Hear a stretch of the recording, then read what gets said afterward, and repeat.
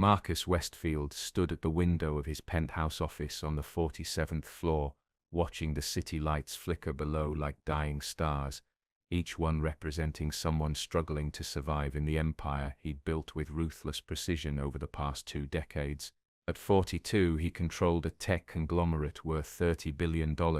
commanded respect in boardrooms across 3 continents, and maintained a carefully curated public image of a visionary genius who transformed industries with a single decision. The reality behind that polished facade was far more complicated, built on sacrifices he'd convinced himself were necessary, relationships he'd discarded like outdated software, and a philosophy that treated human connections as transactions with measurable returns on investment. His marriage to Victoria Chambers, the daughter of an influential senator, had been arranged more like a corporate merger than a union of 2 people in love, complete with prenuptial agreements thick as phone books and clearly defined expectations that neither party pretended to care about beyond public appearances. They'd been married for 8 years, living in separate wings of their Connecticut estate, maintaining the illusion for shareholders and society columns while pursuing their own interests with the kind of cold efficiency that would make divorce lawyers salivate. But there was one person who'd broken through his carefully constructed walls,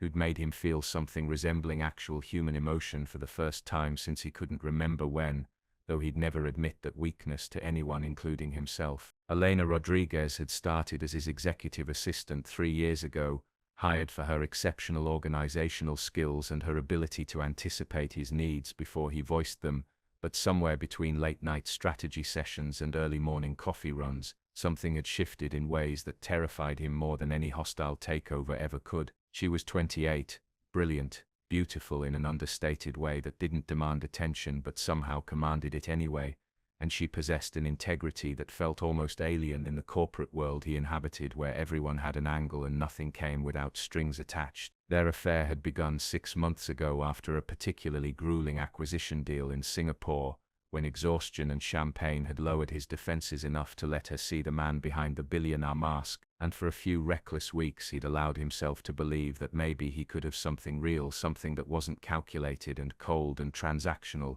Then reality had reasserted itself with the force of a freight train when Victoria's father had reminded him that divorce would cost him not just money but political connections that were essential to his next phase of expansion into government contract. And Marcus had done what he always did when faced with a choice between his heart and his empire. He'd chosen the empire, told Elena it was over with the same emotionless efficiency he used to fire underperforming executives, watched her face crumble as she struggled to maintain her professional composure, and convinced himself he'd made the right decision even as something fundamental broke inside him that night. That had been 3 weeks ago, and Elena had resigned the next morning, leaving behind only a brief email that was professionally courteous and personally devastating in its complete lack of emotion or recrimination, as if what they'd shared hadn't meant anything at all, though he knew that was a lie they were both telling themselves. Since then, he'd thrown himself into work with even more intensity than usual, staying at the office until 2 or 3 in the morning,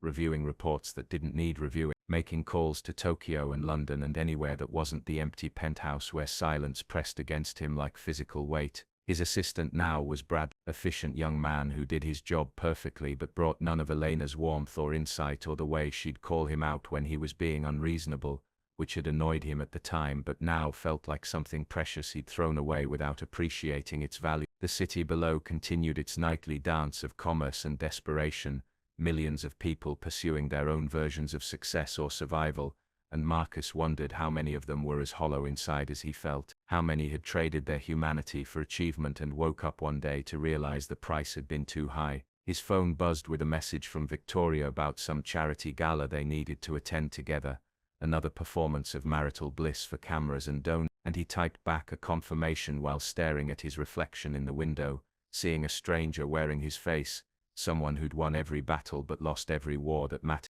The call came on a Tuesday afternoon while Marcus was in the middle of a conference call with investors in Frankfurt, discussing projected earnings for the 3rd quarter and deflecting questions about a recent controversy involving labor practices at one of his manufacturing plants in Southeast Asia. Bradley knocked on the door with unusual urgency, which was concerning because the young man had been specifically trained never to interrupt during investor calls unless the building was literally on fire. or someone had died, and Marcus felt a spike of anxiety, wondering which member of his family had finally succumbed to the various health issues that plagued his aging parents. He muted the call and waved Bradley in, irritation mixing with concern as his assistant approached with an expression that Marcus couldn't quite read, somewhere between nervousness and pity, which was even more unsettling than the interruption itself. Bradley leaned in and whispered that there was an urgent call from a Dr. Sarah Chen at Manhattan Presbyterian Hospital. She'd called 3 times in the past 15 minutes, and she was insisting it was a matter of life and death regarding someone named Elena Rodriguez, and Marcus felt the world tilt sideways as blood rushed in his ears. He ended the investor call with a rushed excuse about an emergency that couldn't wait, ignoring the protests and concern, and grabbed the phone from Bradley with hands that had started shaking in a way that would have embarrassed him if he'd had the capacity to care about maintaining composure in that moment. Chen's voice was professional but strained when she explained that Elena had been brought into the emergency room 2 hours ago after collapsing at her new workplace. They'd run tests to determine the cause, and in the process they'd discovered she was pregnant, approximately 4 months along. She'd listed him as her emergency contact, though she was currently refusing to see him or speak to him. The words hit Marcus like physical blows, each one carrying implications that his mind struggled to process in real time. Pregnant 4 months, which meant it had happened during their affair, which meant the child was his, which meant everything he'd thought was settled and finished was actually just beginning in ways he couldn't control or calculate or strategize his way through. He demanded to know her condition, whether she was okay, what had caused the collapse, and Dr. Chen explained that Elena was severely anemic and showing signs of malnutrition. Her blood pressure was dangerously low, and they were keeping her overnight for observation and IV fluid. But the bigger concern was that she appeared to have been neglecting her health for weeks, possibly longer, in ways that suggested she wasn't taking care of herself or the pregnancy. Marcus was moving before he'd consciously made the decision, grabbing his jacket and heading for the elevator while barking instructions to Bradley about canceling the rest of his meetings. And somewhere in the back of his mind a voice was asking why he was reacting this way, why he cared so much about a woman he'd discarded, a pregnancy that complicated his carefully ordered life beyond measure. The drive to the hospital took 25 minutes through Manhattan traffic that seemed deliberately designed to test his patience, every red light and slow-moving taxi feeling like a personal insult. And he used the time to call his lawyer to discuss the implications, the potential complications, the need for paternity tests and confidentiality agreements and damage control if this became public knowledge.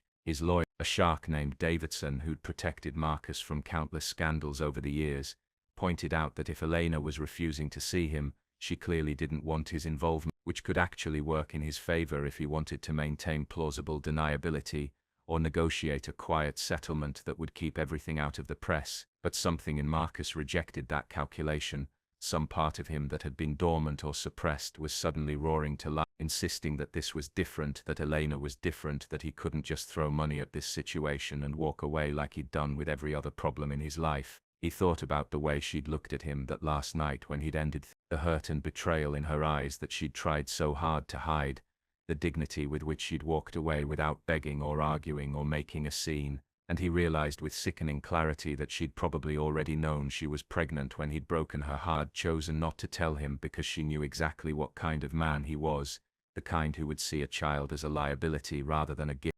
The hospital corridor smelled like antiseptic and desperation, that particular combination of cleaning chemicals and human anxiety that seemed universal to medical facilities, regardless of how expensive or exclusive they claimed to be. And Marcus walked past rooms filled with people facing their own crises, while nurses and doctors moved with practiced efficiency through the choreography of crisis management. Dr. Chen met him outside Elena's room, a woman in her 50s with kind eyes that had clearly seen too much suffering to be easily impressed by wealth or status, and she blocked his path with the kind of polite firmness that suggested she'd dealt with plenty of demanding family members who thought money entitled them to special treatment. She explained again that Elena was stable but weak, that the pregnancy was high risk due to her current condition, and most importantly that the patient had been very clear about not wanting to see Marcus or have any contact with him, a wish that Dr. Chen was legally and ethically obligated to respect regardless of who he was or how much he donated to the hospital's various fundraising campaigns. Marcus started to argue, to insist on his rights as the father, to pull out the various cards he usually played when someone told him no. But something stopped him when he looked through the small window in the door and saw Elena lying in the hospital bed, looking smaller and more fragile than he'd ever seen her, one hand resting protectively on her barely visible belly, while she stared out the window at the city beyond. She looked exhausted in a way that went beyond physical tiredness, like someone who'd been carrying an impossible weight for too long, and had finally reached the point where her body had simply given up, and Marcus felt something crack in his chest as he realized that he'd done this to her, that his rejection had contributed to the state she was in now. Dr. Chen's voice softened as she told him that Elena had been working 2 jobs since leaving his company, trying to build up savings before the baby came, pushing herself to the point of collapse because she was determined to do everything on her own without asking for help from anyone, especially not from him. The words were delivered without judgment, but Marcus heard the condemnation anyway, the implicit criticism of a man who had billions while the mother of his child was working herself to death out of pride and necessity, and he wanted to defend himself, to explain that he hadn't known, that she should have told him, that this wasn't his fault. But standing there looking at her through the glass, watching the way her hand moved in small circles on her belly like she was already trying to comfort the child inside, he couldn't make those excuses sound convincing even in his own head, because the truth was that he'd made it very clear she couldn't come to him, that he'd closed that door with such finality that of course she wouldn't reach out even in crisis.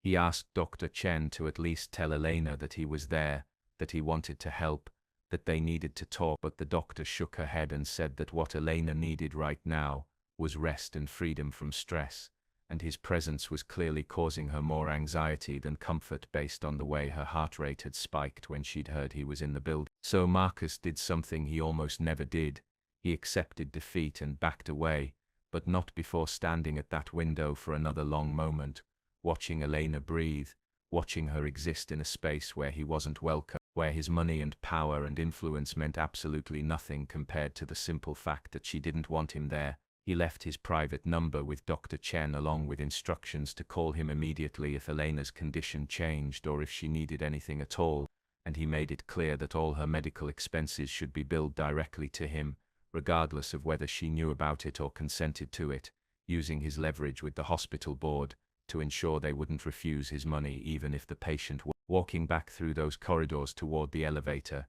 Marcus passed a window that showed the maternity ward, where new fathers stood holding tiny bundles wrapped in blue or pink blankets, their faces showing a mixture of terror and joy that he'd never experienced, never allowed himself to imagine experiencing, and something fundamental shifted in his understanding of what he'd been running from all these years. He'd spent 2 decades building an empire, accumulating wealth and power that most people couldn't even conceptualize, convincing himself that success was measured in zeros on a balance sheet and the fear he could inspire in a boardroom. But standing in that hospital watching the woman he'd thrown away carry his child, he finally understood what his father had tried to tell him before the old man died, that you could win every battle and still lose the only war that mattered.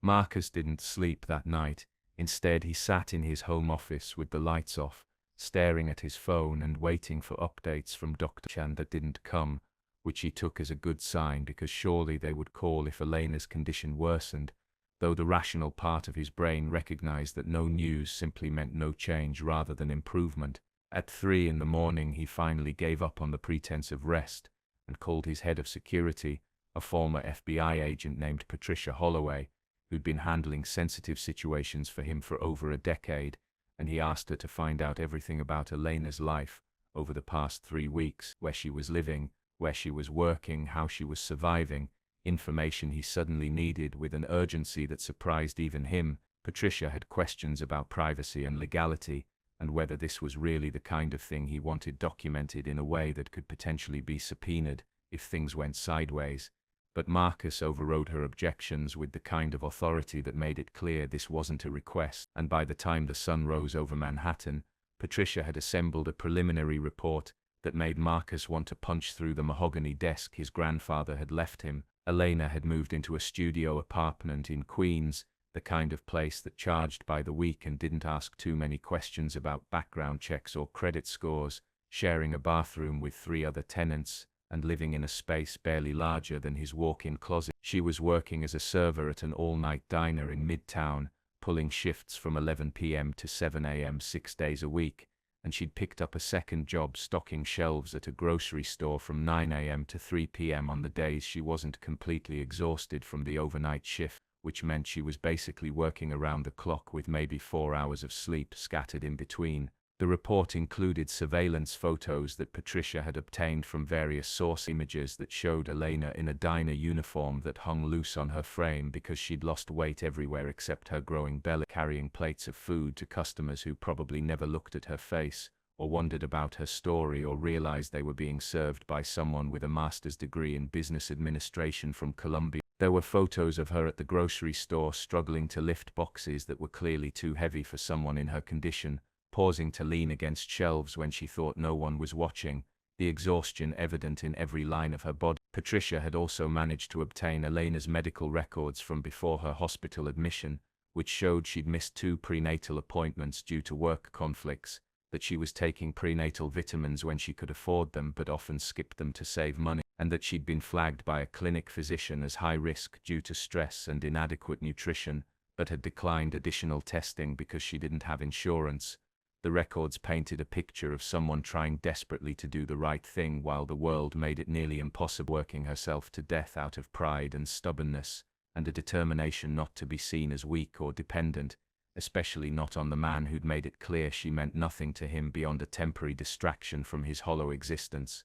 Marcus read through the report 3 times, each pass revealing new details that made him feel sicker, like the fact that Elena's landlord had tried to evict her twice for being late on rent, or that she'd sold her car to cover moving expenses, or that she'd pawned the few pieces of jewelry she owned, including a necklace her grandmother had given her before dying, pieces that had sentimental value far beyond their modest monetary worth. There was a notation that Elena had applied for food assistance but had been denied because she made just slightly too much to qualify, which was darkly hilarious considering she was barely scraping by while his ex-lover sat on enough money to end world hunger if he felt like being charitable instead of hoarding wealth like some kind of corporate dragon. Patricia had included a financial analysis showing that Elena was barely making $1,600 a month after taxes between both jobs, and her expenses including rent, utilities, food, transportation and basic necessities were running about $1,400, which left her with $200 to save for medical expenses and baby supplies and 1,000 other things she would need when the child arrived. The math was impossible, the situation unsustainable, and yet Elena was grinding through it with the same determination and competence she'd brought to managing his schedule and his crisis and his entire professional life for 3 years. Except now she was doing it alone and pregnant and slowly destroying her health in the process. Marcus called Patricia back and told her to have someone watching Elena's apartment and both her workplaces around the clock, not to interfere but to make sure she was safe and to alert him immediately if anything concerning happened. Patricia agreed while pointing out that what he was describing was essentially stalking and could get very legally complicated if Elena found out and decided to press charges. He didn't care about the legal complication, didn't care about anything except the growing certainty that he'd been catastrophically wrong about everything, that the empire he'd built was worthless if it meant the mother of his child was pawning her grandmother's necklace to make rent while he lived in a mansion with 17 bedrooms he never used. Victoria was having breakfast on the terrace when Marcus finally came home, sitting at the wrought iron table with her tablet and a fruit plate, looking every inch the senator's daughter she'd been raised to be, perfectly styled even at 8 in the morning, ready for whatever photo opportunity or charity lunch was on her schedule for the day. She glanced up when he walked out, noted his rumpled suit and the fact that he clearly hadn't slept, and went back to scrolling through whatever political strategy memo or society gossip was currently occupying her attention, because in 8 years of marriage they'd perfected the art of coexisting without actually connecting in any meaningful way. Marcus poured himself coffee from the service set that their housekeeper had prepared, the expensive imported beans and the silver pot and the fine china, all part of the elaborate theater of their lives, and he considered how to start this conversation, whether there was any way to tell your wife that your former mistress was pregnant without it sounding exactly as bad as it actually was.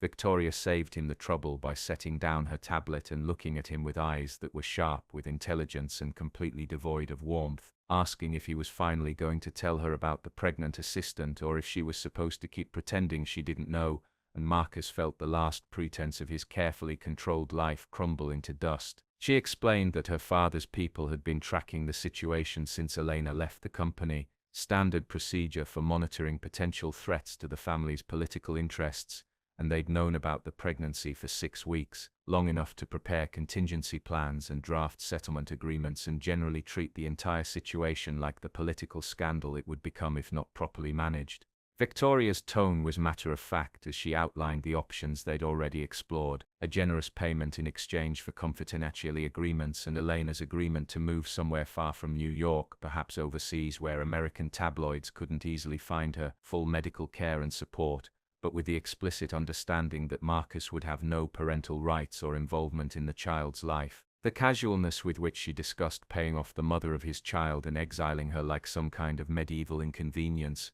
made Marcus want to throw his coffee cup through the French doors, but instead he listened in growing horror as Victoria continued explaining the strategy, how they could spin it if it leaked, how his lawyers had already prepared statements attributing it to a brief lapse in judgment during a difficult period, how the whole thing could be handled with minimal damage to both his business reputation and her father's political career. Marcus finally interrupted to ask if she'd considered that this was his child they were discussing, a human being, not a public relations problem, and Victoria looked at him with something approaching pity, as if he was being naive or sentimental in ways that were almost endearing, but ultimately irrelevant to the practical realities of their situation. She pointed out that children were born out of wedlock every day, that financial support without emotional involvement was actually the more responsible choice given their circumstances, and that Marcus getting attached or trying to play father would only complicate matters and potentially create legal vulnerabilities that could be exploited by Elena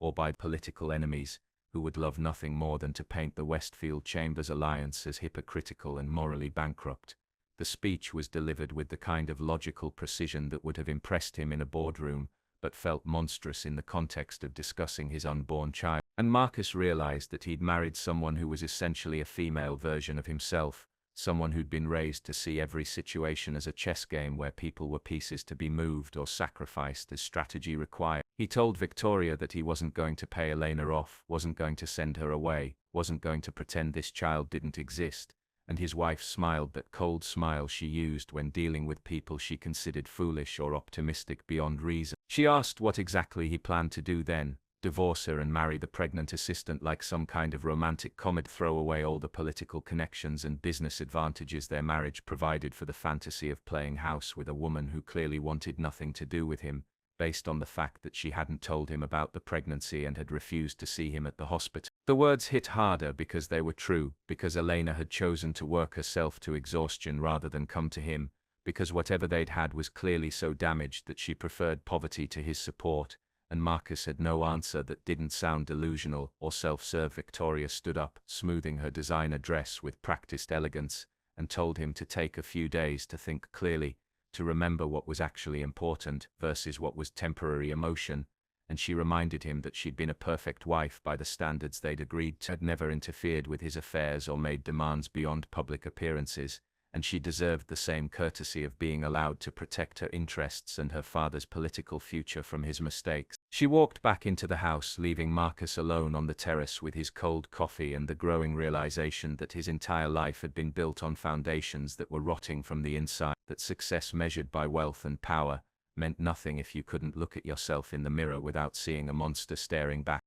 Marcus spent the next 2 days in a kind of paralysis, going through the motions of meetings and calls while his mind spun through scenarios and consequences, each potential path forward seeming more impossible than the last, like trying to solve an equation where every variable was working against him. He checked with Dr. Chen twice a day for updates on Elena's condition, learning that she was recovering physically, but remained adamant about not seeing him or accepting his help, and the hospital was preparing to discharge her in another 24 hours, sending her back to that studio apartment in Queens, and those 2 jobs that were slowly killing her. Patricia's surveillance reports continued arriving with clockwork precision, documenting Elena's life in detail that felt invasive even as Marcus couldn't stop reading them. Photos of her leaving the hospital with a plastic bag of her belongings, taking the subway back to Queens because she couldn't afford a taxi, stopping at a dollar store to buy bread and peanut butter,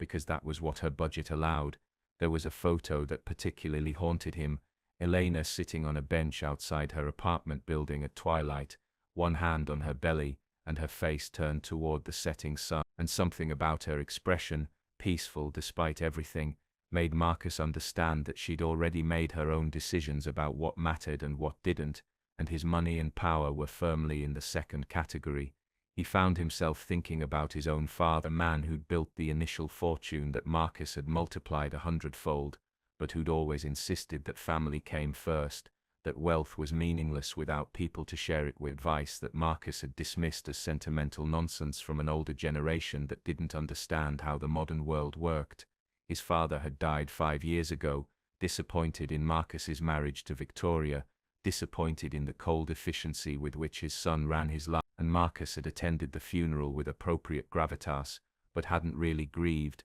had been too busy closing a major deal to spend much time reflecting on loss. Now, standing in his home office surrounded by expensive furniture and original artwork that he barely noticed, Marcus wondered what his father would say about this situation, whether the old man would be disappointed again, or whether this might have been an opportunity for redemption if Marcus could figure out how to do the right thing for once in his calculating existence. The problem was that Marcus genuinely didn't know what the right thing was anymore. All his usual frameworks for decision-making were useless when applied to questions of love and responsibility, and the kind of moral choices that couldn't be delegated to lawyers or consultants. He thought about Elena's words from their last night together, when she'd tried to tell him that some things were more important than business, that he was hollowing himself out in pursuit of goals that wouldn't matter on his deathbed, and he'd dismissed her concerns as naive, as the kind of thinking that kept people poor and powerless while pragmatists like him built empires. The memory made him cringe now because she'd been right,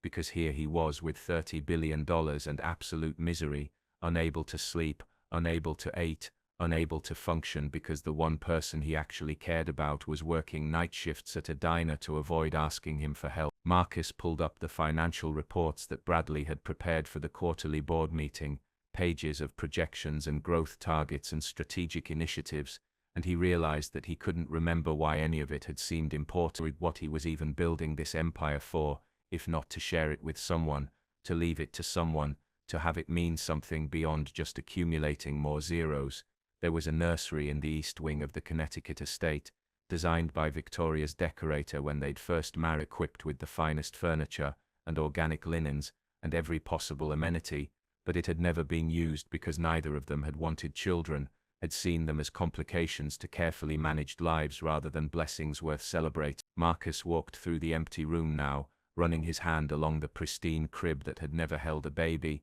imagining his child, Elena's child, growing up in that studio apartment in Queens instead of this palace, and the unfairness of it made him want to tear the room apart with his bare hand. He called his lawyer Davidson and told him to prepare divorce papers, the conversation brief and professional, Davidson asking if he was sure and Marcus saying he'd never been more certain of anything in his life, which was probably true even if he had no idea what came after the certain. Then he called Patricia and told her to stop the surveillance, that he was done watching Elena's life from a distance like some kind of coward, and Patricia asked what he was planning to do instead, and Marcus realized he didn't have an answer yet, just a growing determination that hiding behind lawyers and money and fear of consequences was exactly the kind of thinking that had created this disaster in the first place. Marcus started small, or what passed for small in his world, where grand gestures were the default setting for solving problems, beginning with anonymous deliveries to Elena's apartment building, groceries and prenatal vitamins and practical items that she needed but couldn't afford, left outside her door in the early morning hours when he knew she'd be coming home from her overnight shift at the diner. He used Patricia's surveillance network to time the deliveries perfectly, watching from a distance through traffic cameras and security feeds as Elena would find the packages, her expression cycling through confusion and suspicion before she'd carry them inside. And he told himself he was helping even though he knew this was cowardice, another way of throwing money at the problem instead of actually facing the woman he'd hurt. The deliveries continued for a week, and Elena never acknowledged them, never tried to return them or leave a note, and Marcus interpreted this as tacit acceptance, even though the rational part of his brain recognized it might just be desperate pragmatism from someone who couldn't afford pride when it came to feeding herself and her baby. He paid off her rent for 6 months directly to the landlord, who was happy to accept cash and not ask questions about the source, and he established an anonymous trust that would cover all her medical expenses, working through enough legal intermediaries that Elena would never know the money came from him, unless she hired a forensic accountant to trace it back. These gestures made him feel slightly less monstrous, but also highlighted the absurdity of the situation. The fact that he could solve every material problem Elena faced with the equivalent of pocket change while remaining fundamentally unable to address the actual issue, which was that he'd broken her trust and now she wanted nothing to do with him regardless of how much money he threw at the situation. His divorce from Victoria was proceeding with the cold efficiency of any corporate dissolution, assets being divided and agreements being drafted, and her father, the senator, was making threatening noises about political consequences and business relationships that would be jeopardized. But Marcus found he didn't care the way he would have even a month ago. Victoria herself took the news with remarkable composure, pointing out that she'd expected this eventually and had already started making plans for her next strategic marriage, perhaps to a young congressman from a blue-chip district who needed her father's money and connections more than Marcus ever had. And their final conversation was so devoid of emotion that Marcus wondered if either of them were actually human, or just very sophisticated robots programmed to simulate the appearance of living. The press hadn't gotten wind of the pregnancy yet, which was a minor miracle in the age of social media and TMZ, and Marcus knew the clock was ticking before someone connected the dots and the story exploded across every tabloid and business publication, but he couldn't bring himself to care about the reputational damage. Another sign that something fundamental had broken in his programming. He found himself driving past the diner where Elena worked, sitting in his car across the street at 3 in the morning, watching her through the windows as she poured coffee and took orders, and moved with practiced efficiency, despite the exhaustion that was evident even from a distance, and he felt like a stalker but couldn't stop himself from needing to see that she was okay. Once she came outside on her break, standing on the sidewalk in the pre-dawn darkness, rubbing her lower back and looking up at the sky, and Marcus had started to get out of the car to cross the street and finally talk to her, but something stopped him. Maybe the peace on her face despite everything, maybe the fear that his presence would shatter whatever fragile stability she'd built. He went back to his office instead and worked until the sun came up, then called Bradley in and told him to liquidate $5 million in assets and establish a proper trust fund for the baby, something that would ensure his child never wanted for anything even if Elena continued refusing his help, because at minimum he could do that much, could make sure that his son or daughter had opportunities and security even if he never got to be part of their life. Bradley took notes without judgment, used to Marcus's increasingly erratic decisions, and mentioned that there were rumors circulating in the office about why Elena had left and whether the boss was having some kind of breakdown, and Marcus told him to let them gossip, that he didn't care what anyone thought anymore, which was both liberating and terrifying because caring what people thought had been the foundation of his entire adult life. The surveillance report that afternoon included a note that Elena had stopped at a baby store on her way home from the grocery job, spending 30 minutes looking at cribs and car seats and tiny clothes, not buying anything but just look. And Patricia had included a photo that showed Elena's face as she held up a small blue onesie, the longing and love and fear all visible in her expression. And Marcus made a decision that he probably should have made weeks ago but had been too proud or too scared to actually follow through on until now.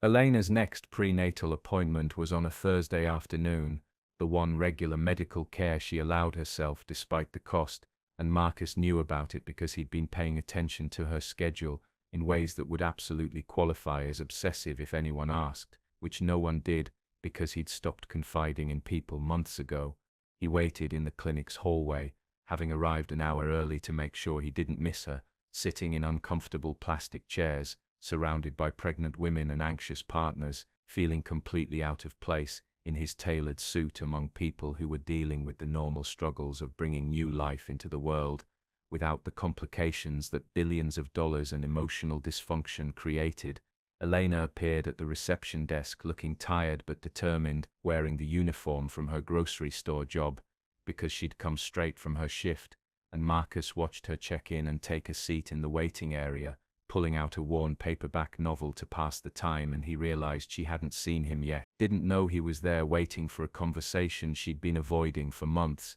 He let her sit for 10 minutes, partly because he was a coward and partly because he was trying to figure out what to say, how to begin explaining or apologizing or asking for forgiveness, when he knew he probably didn't deserve any of those things. And finally he stood up and walked over and sat down in the chair beside her, and the way she flinched when she recognized him made his chest hurt in ways that $30 billion couldn't fix. She asked him what he was doing there in a voice that was carefully controlled but brittle with emotion, and Marcus said they needed to talk, that he knew about the baby and about her refusing help and about everything she'd been going through, and Elena's face went through several expressions before settling on a kind of resigned anger that suggested she'd been expecting this confrontation eventually. She asked how he knew, and Marcus admitted he'd had her followed, had been watching her life play out from a distance because he was too much of a coward to actually face her, and he could see her processing this invasion of privacy, deciding whether to be angry or just exhausted, ultimately choosing exhaustion because she didn't have the energy for anger anymore.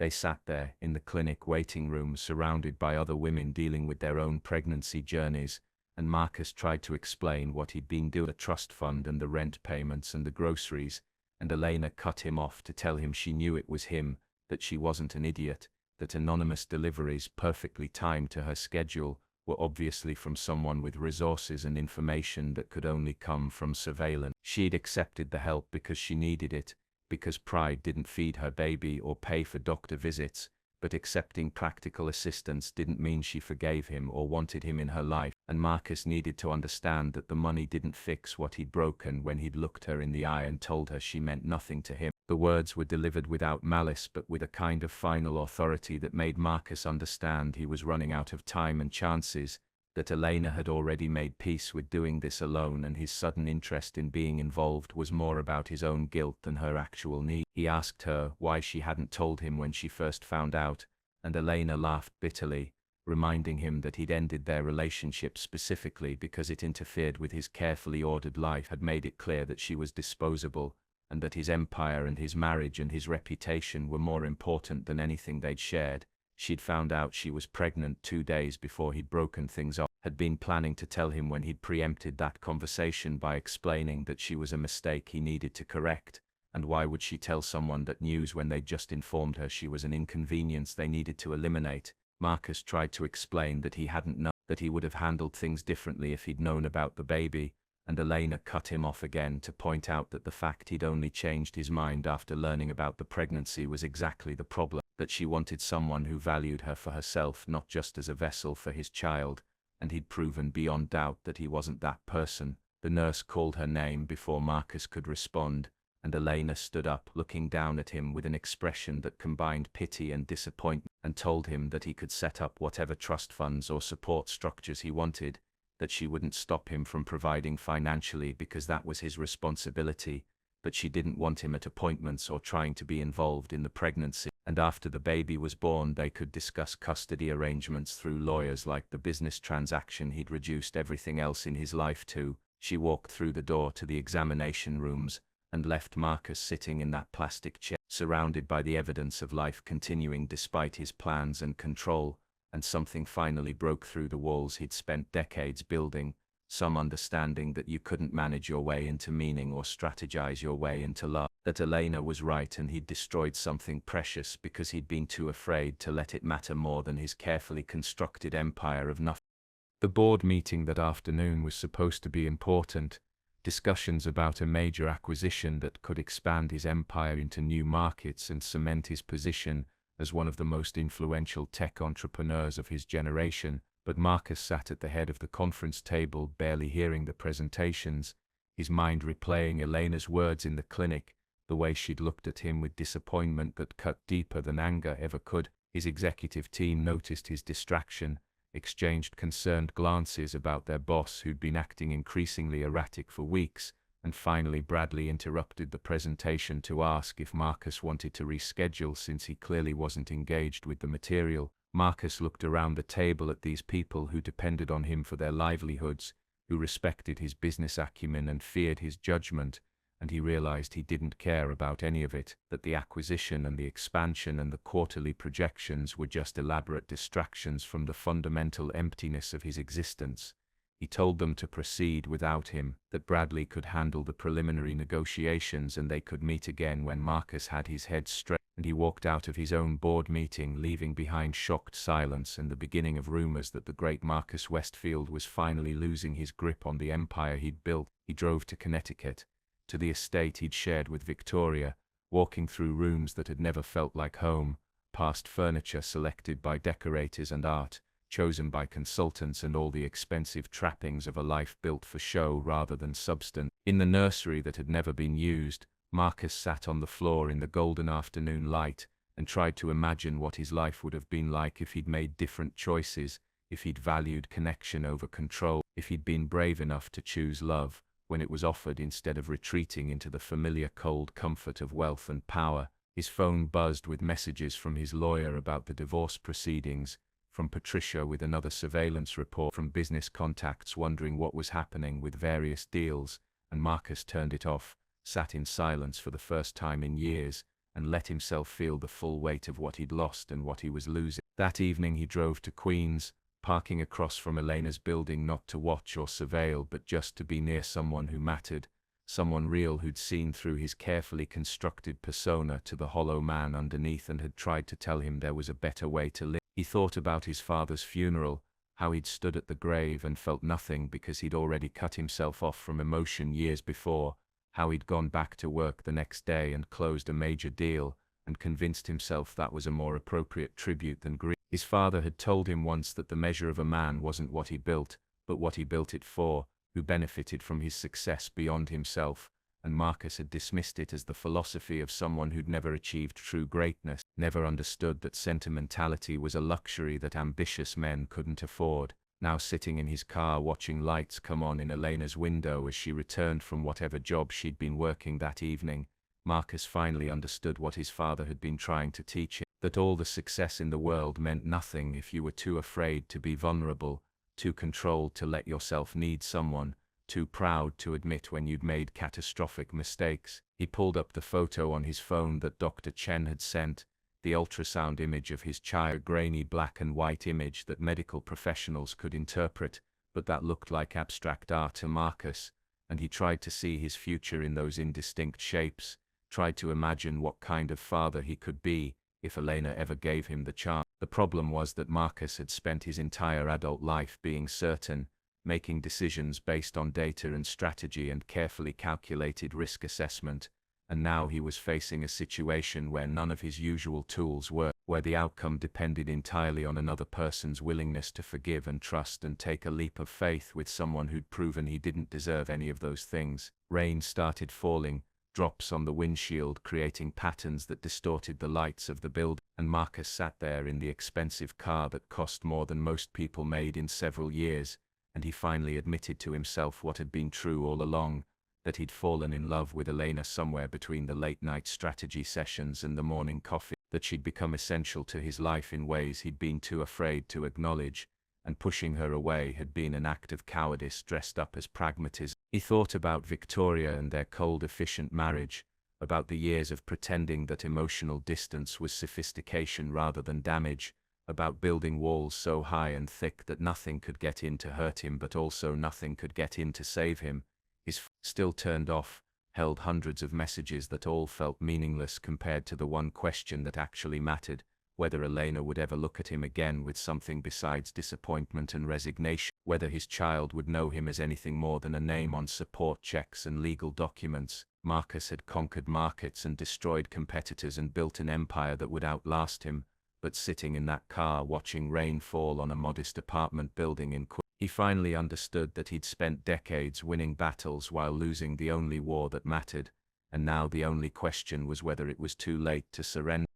The call came at 4 a.m. 3 weeks later, Dr. Chen's voice professional but urgent, explaining that Elena was in labor, and it was happening fast, earlier than expected, and she'd finally agreed to let the hospital contact Marcus as the father, even if she still wasn't sure she wanted him there. Marcus was dressed and in his car before fully processing the information, driving through empty New York streets at speeds that would have gotten anyone else arrested, calling ahead to make sure the hospital had everything they needed, that no expense would be spared, that Elena would have the best care possible, regardless of her wishes or her pride. He arrived at the hospital just as dawn was breaking over the city, the emergency entrance bathed in that peculiar early morning light that makes everything look both hopeful and fragile, and Doc Chen met him in the lobby with news that Elena had delivered a healthy baby girl 40 minutes ago. Both mother and daughter were stable, and Elena had said Marcus could come to the room if he promised to just listen, to not try to fix anything,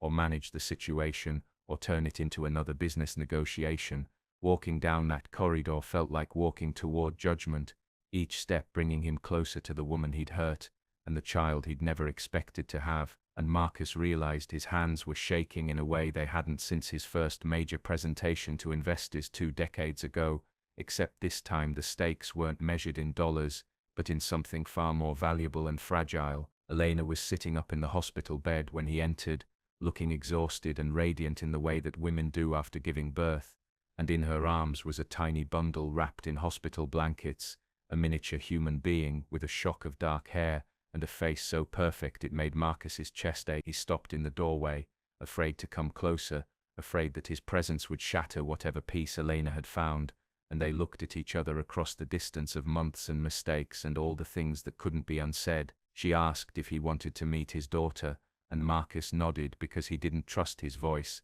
and Elena gestured him closer with a small tired smile that contained none of the warmth he remembered, but also none of the anger he'd feared. He approached the bed like someone approaching something sacred, and Elena shifted the bundle slightly so he could see the baby's face clearly, tiny features scrunched up in sleep, miniature fingers curled into fists, breathing with the kind of perfection that only new life possesses. Marcus reached out with one finger to touch his daughter's hand, and she grasped it, reflexively, and something fundamental shifted in his understanding of himself and what mattered, and why he'd spent so many years building walls that now felt like prison bars. Elena's voice was quiet when she told him they'd named the baby Sophia, after her grandmother who'd given her that necklace she'd pawned to make rent, and Marcus felt the weight of all his failures pressing down as he realized this child had been named after the woman whose jewelry Elena had sold, because he'd been too proud or too damaged to support the mother of his child. They sat in silence for several minutes, Marcus holding Sophia's tiny hand while Elena watched with an expression he couldn't quite read,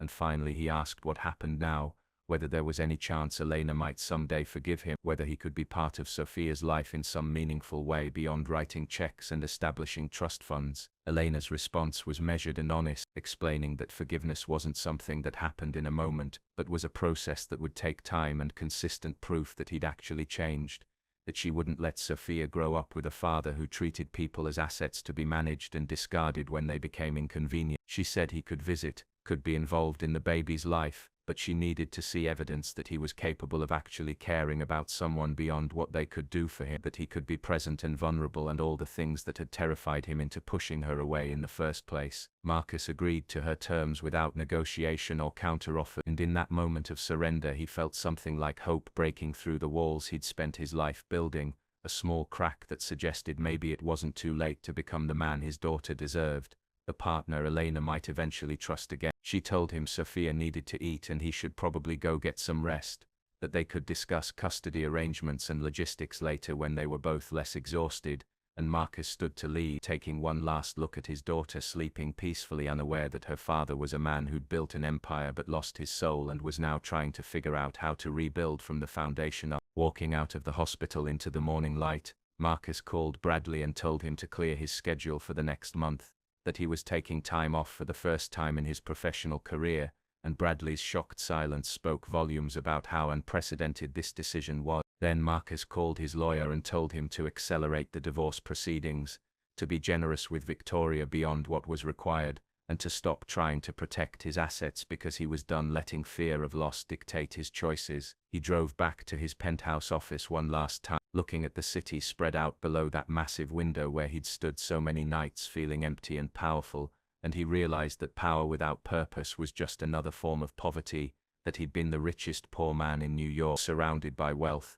but starving for the kind of connection he'd been too afraid to let himself want. The sun was fully up now, commuters filling the streets below to chase their own versions of success, and Marcus thought about Sophia sleeping in that hospital room, about Elena watching over her with fierce protective love, and he made a decision that his younger self would have called weakness, but that he now understood was the first truly strong thing he'd done in years. He was going to learn how to be a father, how to be present, how to value people over profit and connection over control, and if it meant dismantling parts of the empire he'd built, or stepping away from opportunities that would have consumed him before, then that was a price he was finally willing to pay. The story wasn't over, Marcus knew it was actually just beginning, and the outcome was far from certain, but standing in that office watching the city come alive with another day of endless striving, he felt something he hadn't felt in years, something that might have been hope or might have been simply the recognition that he was still capable of change, that the hollow man who'd stood at this window, broken and alone, was starting to understand that the only thing more powerful than wealth, or status or control, was the courage to be vulnerable enough to let yourself love and be loved in return.